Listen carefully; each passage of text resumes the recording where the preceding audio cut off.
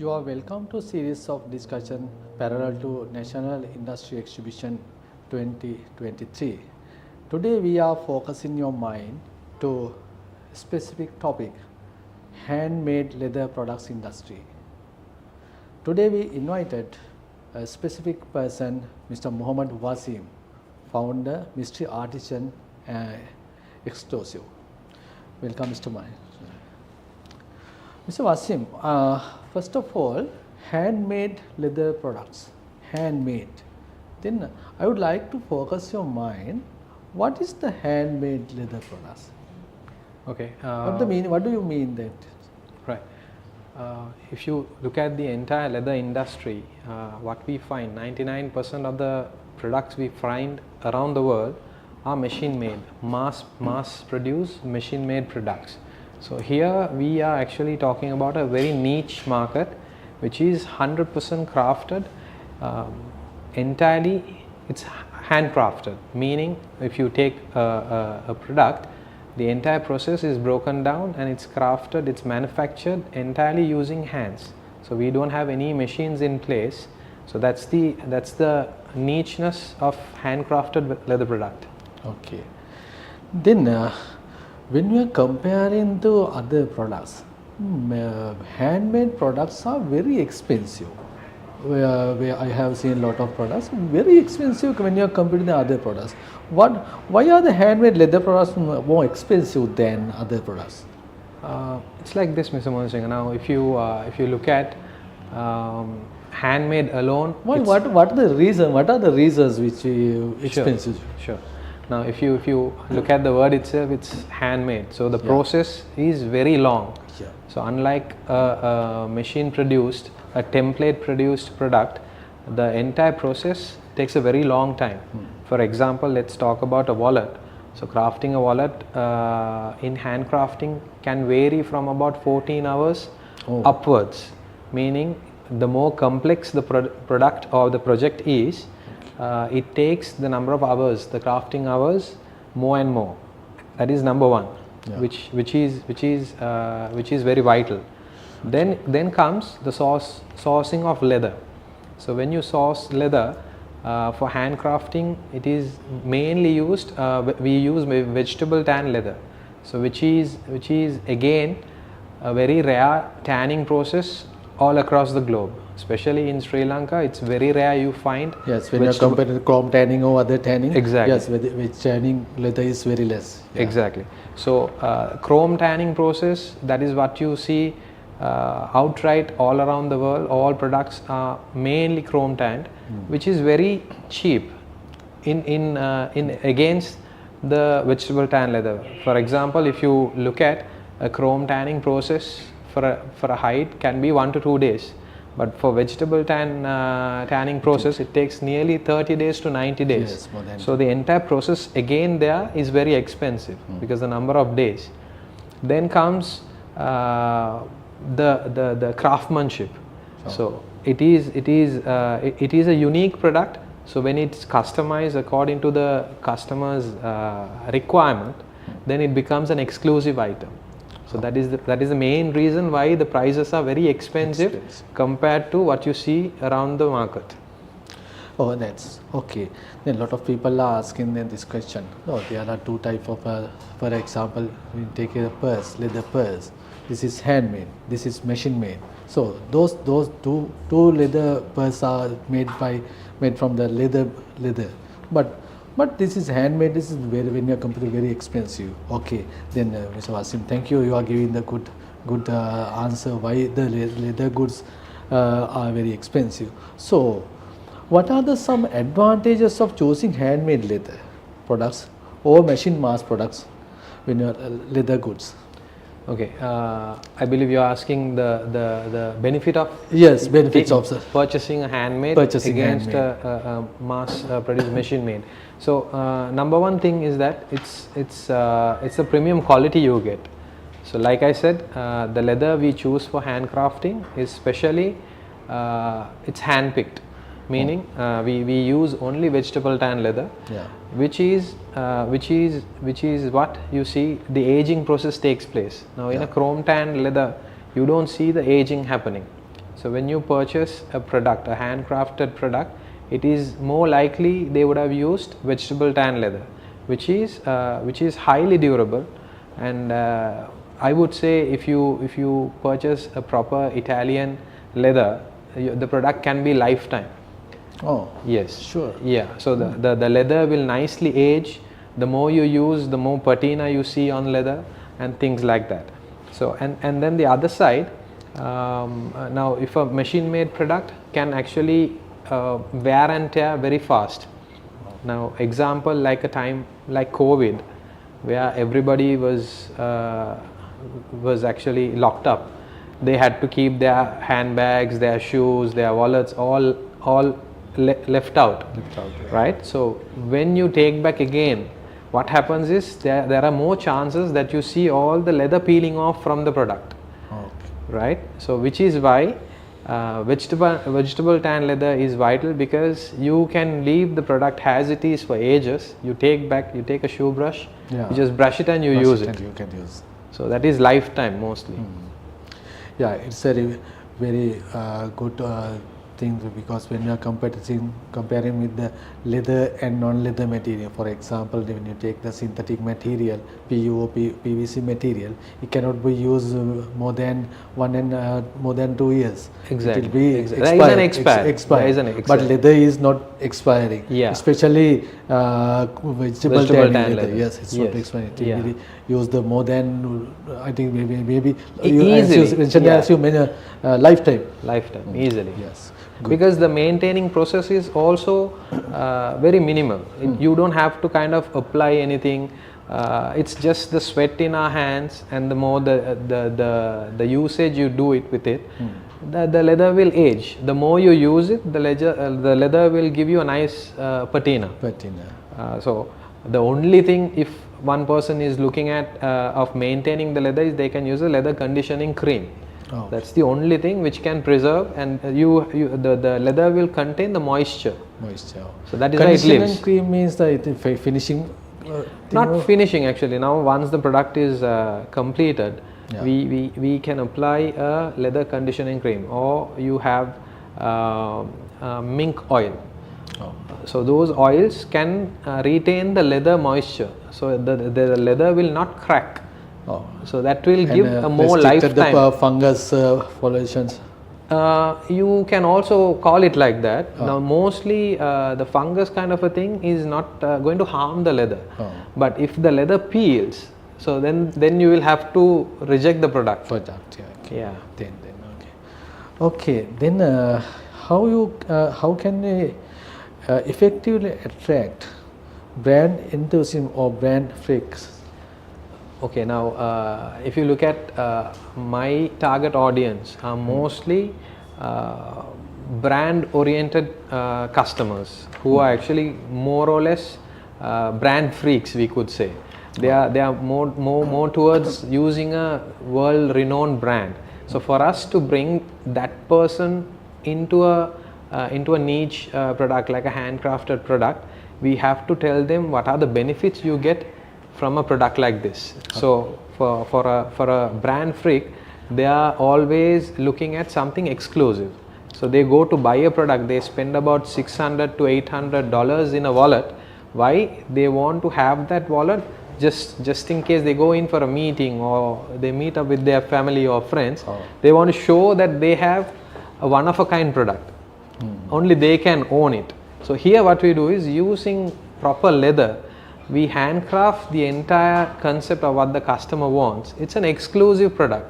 So once you start giving the customer what he requires in a better aging process, and if the product is lifetime, we can gradually bring that brand freaks into a quality freak who are more interested in quality. So that is a very long process, but gradually we have to build the belief, and we have to show that the products can elevate their class when they use over and over again, and it gives that vintage look when it's old. So that is how we can slowly bring the brand freaks into a proper leather handcrafted product. Okay. As a handmade leather artisan, Mr. Wasim, running a business in Sri Lanka, How can you effectively position new products in the global market? In the global market, actually, as a Sri Lankan crafter, we are very small compared to what we see on the international platform.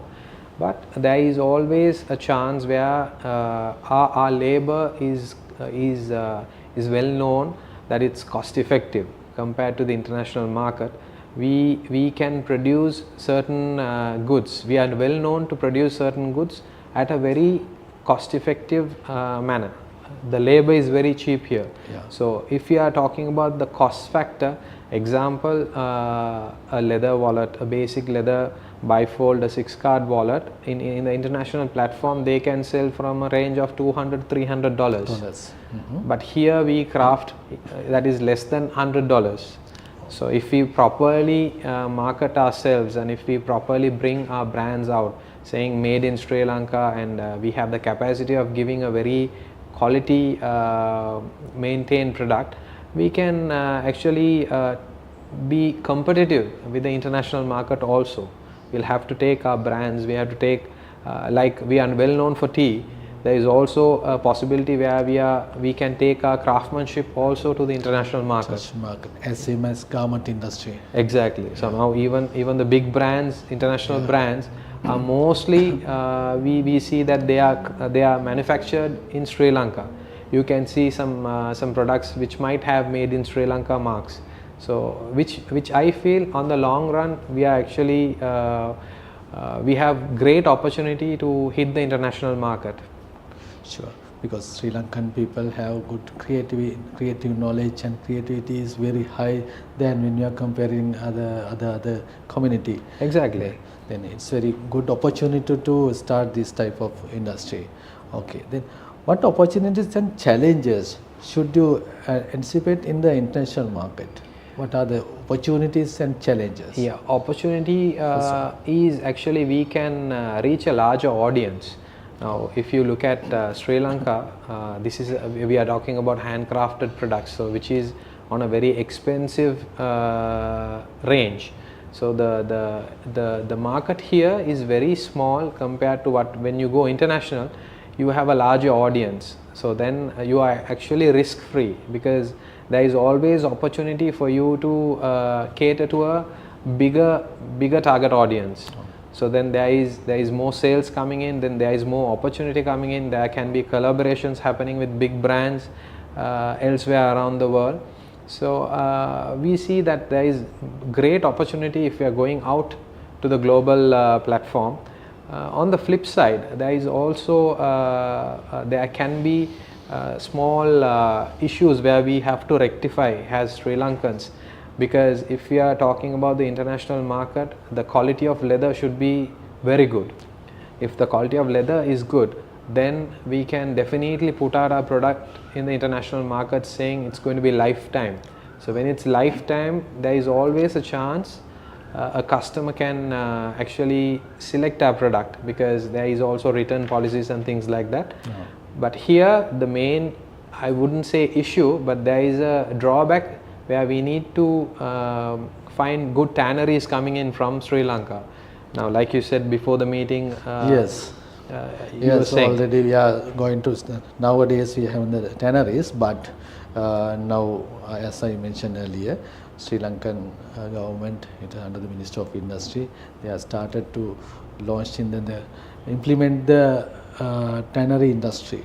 Which is a very good thing, because on the long run we don't have to source our leather from elsewhere, places like India or the other countries, but Italy is definitely world's best. So we cannot actually upfront, we cannot compare our products with Italy, but then gradually if we can give good quality of leather, we have a good market here who produce footwear. We have large footwear manufacturers here. So likewise, for handcrafting also there is a community which is building on a daily basis. Now when I started about 4+ years ago, it was very rare to I would like to ask you, how did you start that industry? And then I like to hear you start from the beginning, and Okay. and then implementation in Right. the industry. Now, it might look like a story, but Okay. I actually I was going through some